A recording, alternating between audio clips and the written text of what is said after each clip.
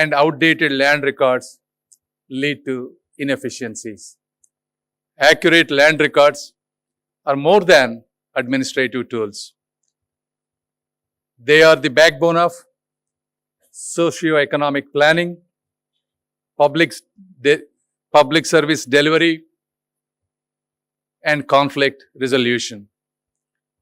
If you look at over the last decade, India, under the visionary leadership of our Prime Minister, Shri Narendra Modi ji, has made significant strides with initiatives such as the Digital India Land Records Modernization Program.